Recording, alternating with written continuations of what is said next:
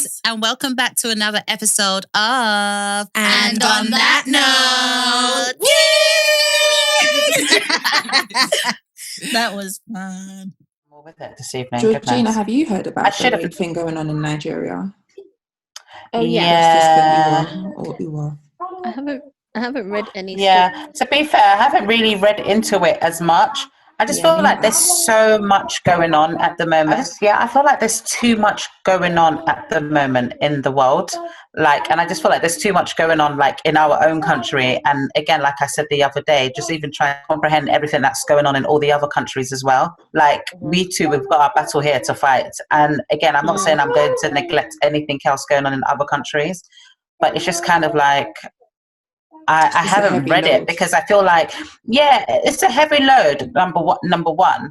And then number two, I still never want to kind of like overshadow everything that's going on with still being happy and grateful. And it almost seems like it's a bad thing to be happy during this time. It almost feels like you're selfish if you are still saying, oh, I'm grateful and I'm still thankful, I'm still having a good time, like, oh, I'm still at peace. It seems almost selfish at that time. And so some things I've chosen purposely to block out just because I don't, and it's not that I'm not going to read into it. It's not like I'm going to be ignorant and to say, oh, it doesn't affect me directly, so I don't care. That's not the case. Yeah, I just feel like I'm pacing myself with the information that I'm consuming, because it was just getting to the point, like, you know, it's been back to back to back with all of this news, Black Lives Matter, Blackout Tuesday, and then your friends are sending you things like left, right, and center. Then you just find out every one of your conversations is surrounded about these things. And I never want to be like, I never want to have an oppressed mindset, if that makes sense. I know Black people are oppressed a lot of the times, but I don't want to have that as my mindset. And I just don't need it to drag me down. But I think you can still be sensitive to these things, but not allow it to overtake your mood.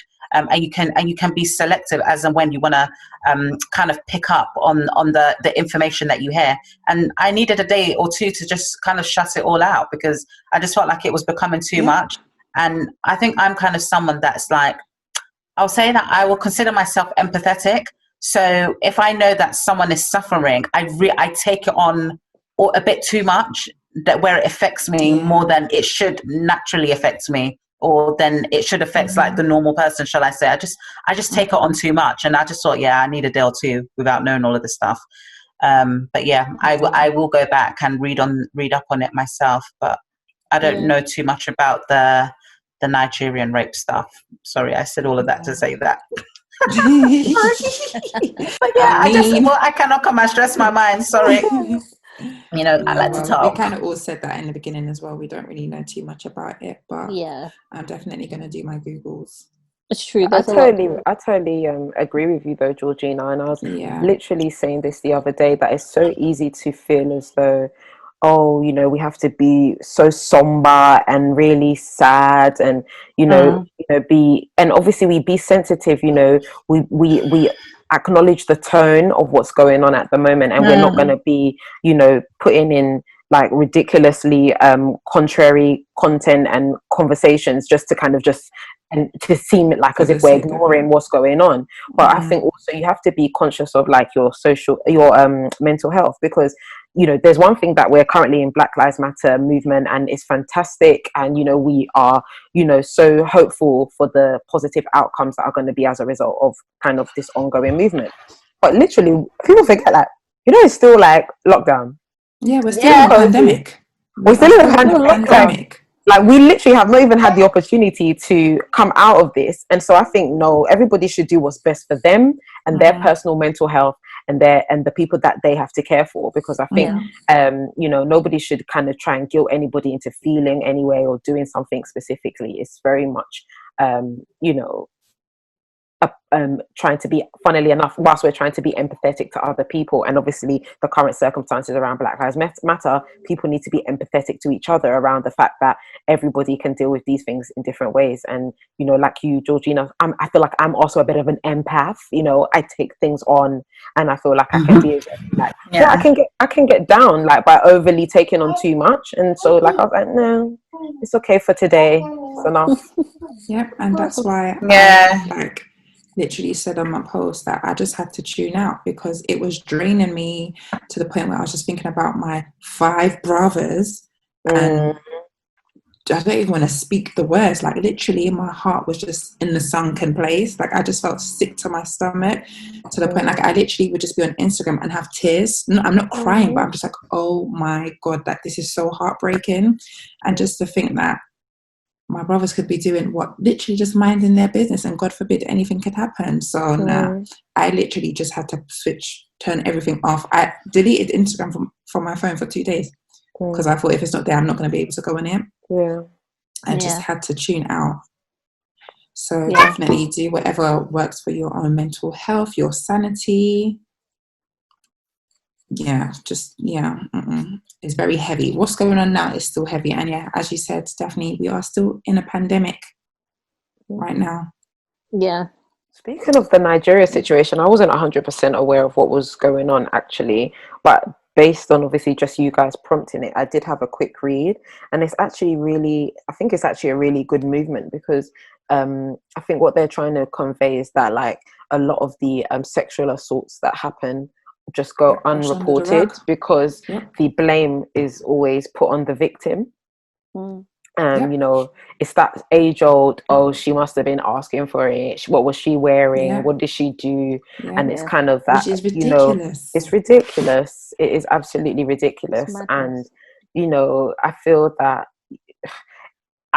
it's sad that when you actually do a census of people that have been not necessarily raped but sexually assaulted in our community, you find that it's very prevalent, and it's so sad.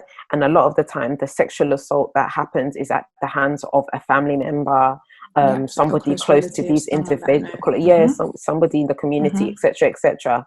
And it's just like, what the hell is going on? Like, and then I think this case is even more, I think the case that has ignited the movement, from what I read, was somebody who was at church, and it's just that kind of complete like juxtaposition around like, how can you get raped at church, like, and you were studying, and it just it's very scary. It's very scary, and it just shows the evil in this world, and that, like, you know, it's only God can save us, you know. That's it. And like this is why I like to stay away from the media. Like, it literally, I create all these things in my head, you know, like when it came to saying, oh, are we going to put Kiana in nursery to go back to work, or what are we going to do? I said, she will not be going to any nursery until she can speak and wipe her own ass, because I ain't got time for it.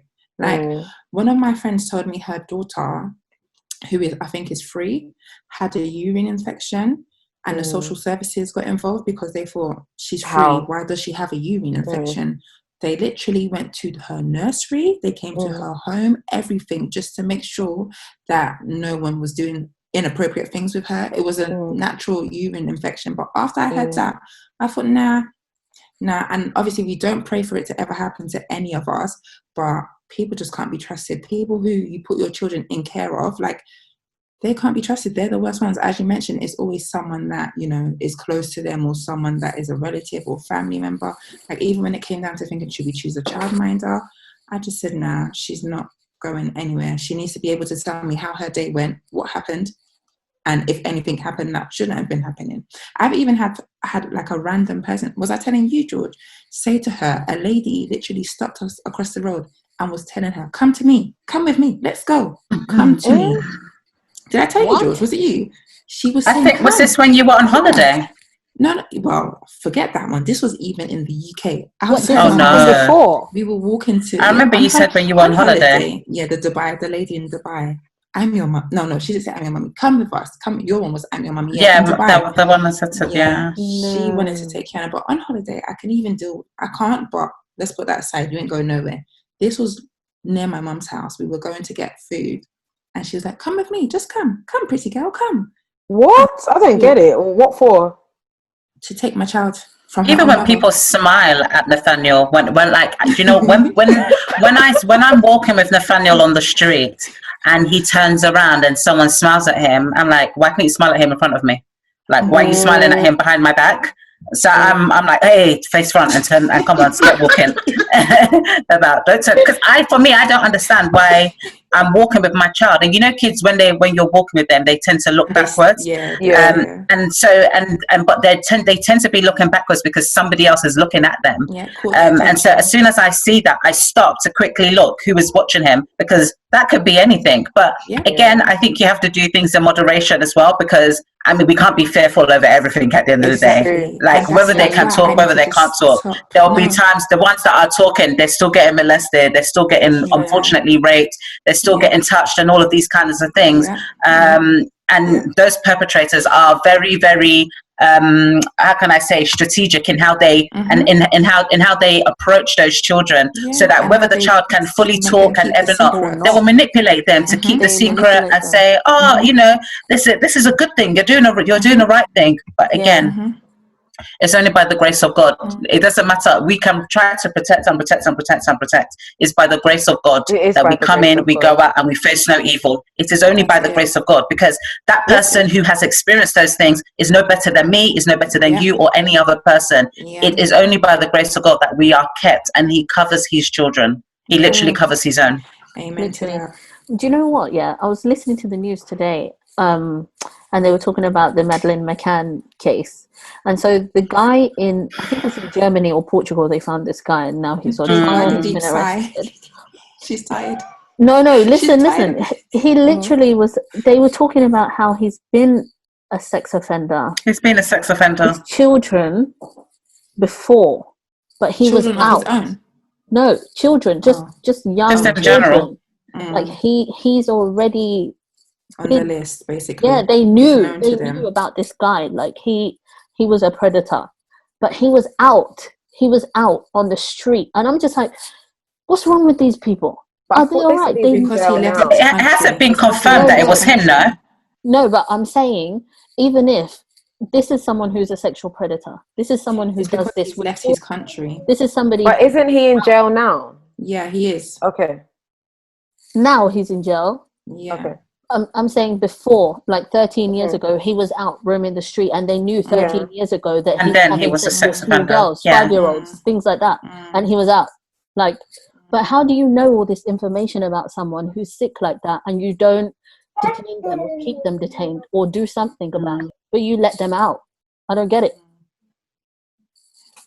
This government is sick because they're filled with that's the way the law is, and again, that's why.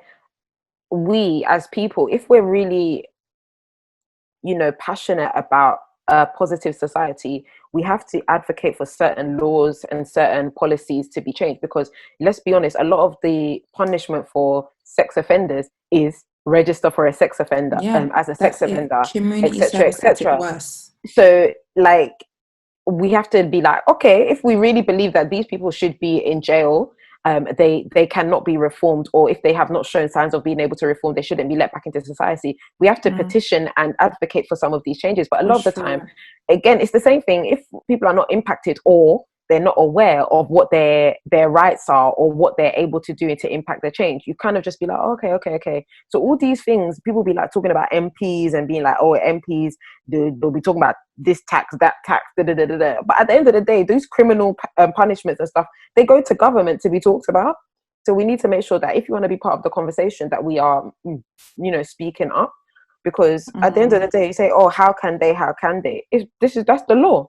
I had no idea that is a thing. I literally had no idea. Based on what they can prove about the crime and the person's intent, will always determine the punishment that they get. So if it's like a word of mouth situation, and they cannot, and they prove that, the person, maybe that it wasn't intercourse, for example, and it was just a molestation, that it carries a different, obviously, punishment than somebody who actually raped somebody. And then if you different charges. Was it a violent rape, or was it, do you know what I mean, or was it coercion and grooming? All these things are seen different at the hands of the law. So like, that's the law.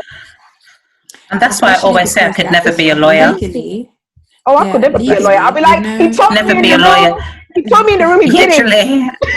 I always say that, because I don't understand the law. I don't get that. Sometimes I feel like the law is against you, because you just think to yourself, like, you can blatantly see what is in front of you. Like, you can blatantly see, and I know you know what it is. Like, let's call a spade here. But it's kind of like, no, what is the legislation? Let's go and pull out that law book and see what the legislation is. And that's what we revert back to. And for me, it's absolutely crazy. It's absolutely crazy to the point where someone can be murdered and they say, I mean, obviously the whole situation with George Floyd, we can blatantly see this guy has got a knee on this man's neck. And we're still talking about it. And on top of that, he is handcuffed. He's on the floor, face down. But you don't want to do a first degree charge. You don't want to do a first degree murder charge. What is it, please? Are you trying to tell me that the police officer was doing self-defense? How? Yeah. It's like, what is there to talk about? There was 3 police officers on one man, but he was already detained. He was not detained, but he was already restricted. He's already restricted. He can't move. He can't move. His head is slapped down on the floor, on the concrete. You've got your backup men around you, surrounding you. The guy can't run away. He literally cannot run away, and then you're on his neck. Why did they not get murdered straight away? Why did they not get that charge straight away, like a life charge? They need to see the circumstances. There was no circumstance. They need to see. But this is the thing. But yet that's not enough. But like you said, George, they're just going to be like, what does the legislation say? Like, exactly. Where's the Somebody book? was even saying that, like, you know how obviously they said they initially were 3rd degree murder, and then I think they put the charges up to second degree. And because obviously all those different degrees of murder have different things behind them, and a lot of it is around the intent. And I think the reason, and people are like, oh, it should be 1st degree murder, and then somebody was like, no, 1st degree murder implies that there was an intent behind it, and if you push like it for was someone premeditated, it was premeditated, and so if you push for 1st degree and then they can't prove it in court, then it will get thrown out. So it's better for them to go for 2nd degree, that it wasn't planned, but as in premeditated, but it was a result of their actions and they didn't do anything to stop it or something of that nature. So I think that's the complications of the law, and it's so mad. And it's just like it should be black and white. And I was talking to someone actually about law and democracy, and we were talking about Africa, funnily enough, and we were talking about like a lot of the laws and the way the world works, especially in America. Firstly, the laws in America, somebody was speaking about, I think it was Trevor Noah. Was it Trevor Noah? Actually, I don't remember who was. The laws in America changes per state, you know. Yeah, but what they were saying is that the laws were never supposed to be in favor of black people.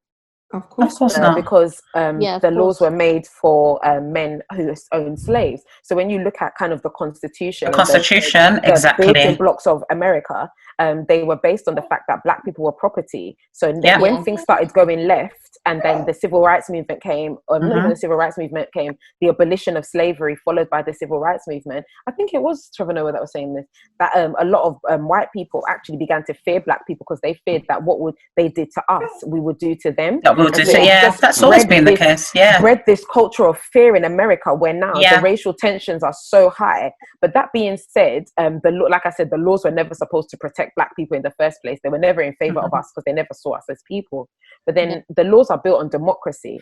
And I remember, like, my friend and I were talking about it, and in Africa, for example, it was them that brought democracy, but we had our own ways. Like, if you did something in Africa, you go straight to the chief.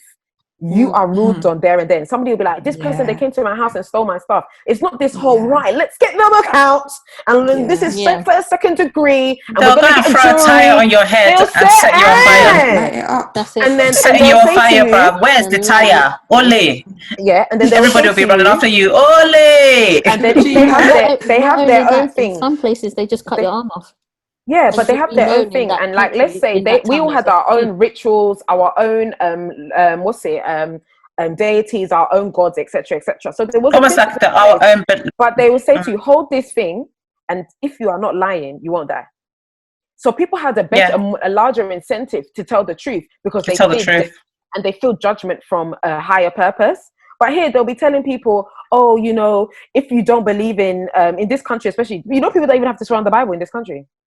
They'll say, oh, I don't believe in the Bible. So they'll just say, and they have a non-religious version for them to just speak. So if you don't think, you don't fear, you're not a God-fearing person, maybe you're not even scared of anything. You go and be like, you have no moral compass. You have no moral compass. So there's no moral compass there. So, and somebody was like to me, they brought democracy to us, and actually it messed us up actually, because that's not the way you're supposed to do things. We always take that, there's the white man's way, or there's a civil way of doing things, and it's not necessarily always the case. Some things are just about right. It's not necessarily the correct way. Yeah, just right and wrong. Exactly. It's not the correct way. It's true, and that's what I always say. Like, some people say, "Oh, but what are the facts? What are the facts?" But the facts is not necessarily the truth, and that it doesn't mean that that's the way you should do certain things.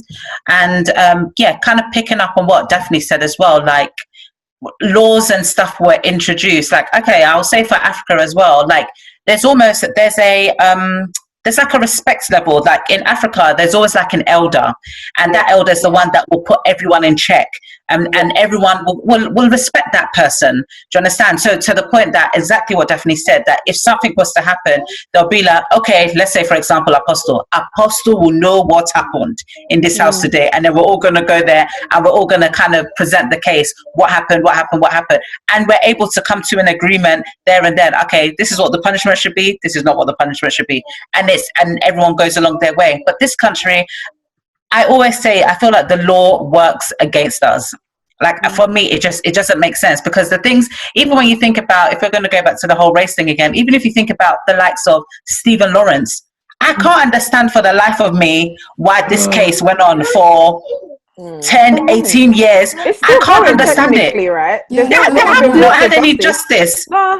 I cannot understand. Like, I don't get it. I can't understand for the life of me. I literally, I don't understand.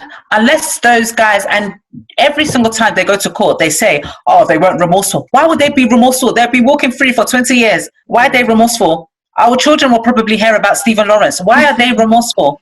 It's true, because you think to yourself, imagine like what his parents are going through, no justice, and imagine they're seeing stuff like this going on. The law has worked against them, completely worked against them. Why are you going to court for? You're paying money and all these legal bills and all of that. But you're right, Georgina, the law is not working for anybody, and then that's why people have to almost take the law into their own hands to either protest or do whatever they feel that is necessary to be heard. Because when you go in court and then you'll be saying your piece, or you'll be writing to your MP, when people say write to your MP, and don't get me wrong, I'm in favor of writing to your MP, but sometimes when people say that, I'm like, really?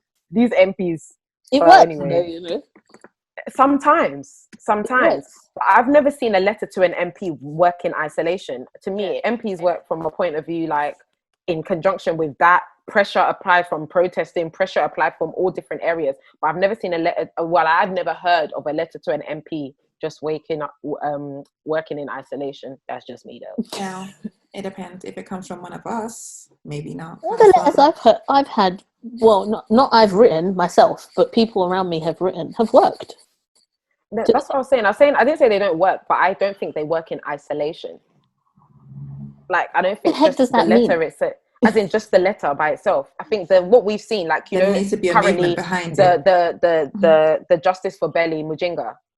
Yeah, there's people have written letters to their MPs, but they've also signed petitions, and they've also protested about it. But what I'm saying is that I don't believe the letter to the MP by itself would have got us to the place where they reopened the case. It's the whole collection of activities that I believe has actually led to them reopening the case and them doing investigations. I don't think the letter to Jinga. If you're thinking like this terms with like racism and like, no.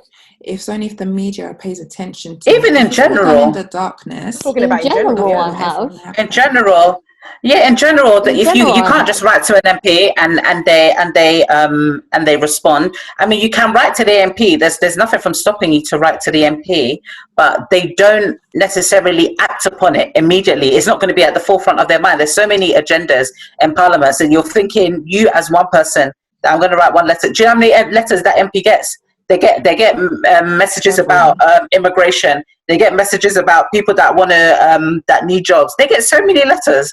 So many letters. There's people petitions, because apparently, according to the petitions, I don't believe the number. I don't remember the number, but it's something around 50,000 or more signatures are needed to bring anything to even to be discussed in Parliament. So what my one letter is going to do compared to those petitions? That's why a lot of people start petitions, because they know the one letter or the one name or the one call to action doesn't do anything. It's that pressure either by petitions or by protest or something. So if we all write 4 letters, if we wrote 4 letters, for example, it's always going to be more powerful than one person writing a letter, is what I'm saying. Collective pressure. Maybe I'm talking about the local MP then, because I know that worked. Fair enough. I'm probably talking about the local MP. The local one you see walking up, and that one. That's what I'm talking about. But that's who they're writing to. Yeah, the MP, because that person is the person that is the representative in the borough in Parliament. Borough. Yeah, but they also go back to represent. So like I'm saying, you can still write the letter. And it depends what the weight of the letter is, actually. Some things that they might be able to deal with immediately. If it's like, it could be something like stupid, like an environmental thing, like, oh, we need to stop this tree from growing because it's going to like break the roof of my house. I'm writing a letter to the council and the MP. Like those kinds of things, maybe. But I'm saying, like, I know people that have had like immigration problems and they've written time and time again to the MP. And there's only so much the MP can do. There's literally only so much. The MP will then have to go and take it to a higher power. That's just how it is. Yeah.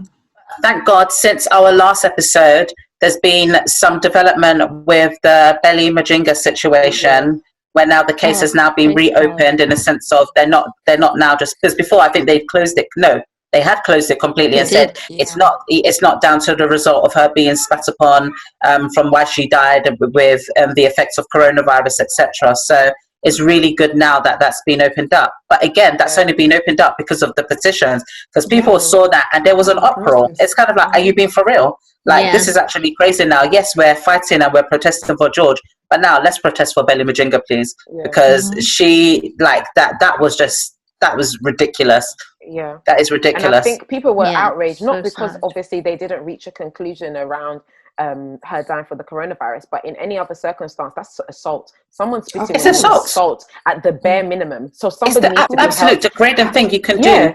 Somebody needs to be held accountable for that. So 100%. It was just like, you can't just dismiss the case. Sorry, there's still a case of assault here. Exactly. And a part of it just being assaults. Remember, there was a point where they said that, if anybody uses the word like, just say coronavirus, and they're just using the word flippantly. They were censoring people's bloody YouTube videos. Again, exactly.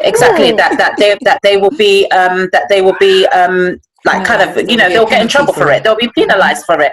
This guy openly said, I'm spitting, I've got coronavirus, so I had coronavirus, and that's why I spat on this woman. An unprovoked attack, woman, she just minding her own business. She left the house that day, leaving her husband and her 11-year-old daughter, thinking, yes, I'm going to work. I'm doing something for the country that I've decided to make home, to serve the community so the key workers can get to work.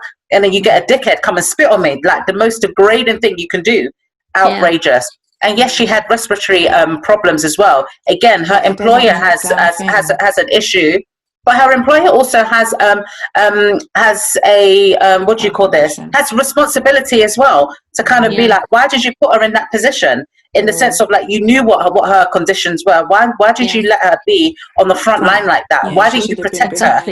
But again, as we said, so there was no duty of care there. No.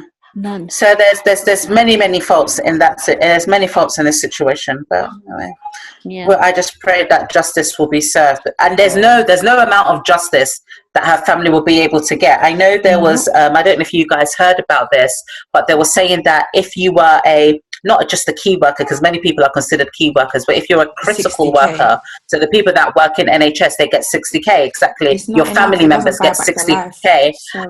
But what about the likes of people like Belly's family? Because she's not considered a critical worker. She's a key worker, but her family are therefore not eligible for that fund. Oh, really? Why? Yes, yeah, exactly. They're not eligible for the fund. It's for critical workers. So yes, the NHS workers. It's not like the porters don't count.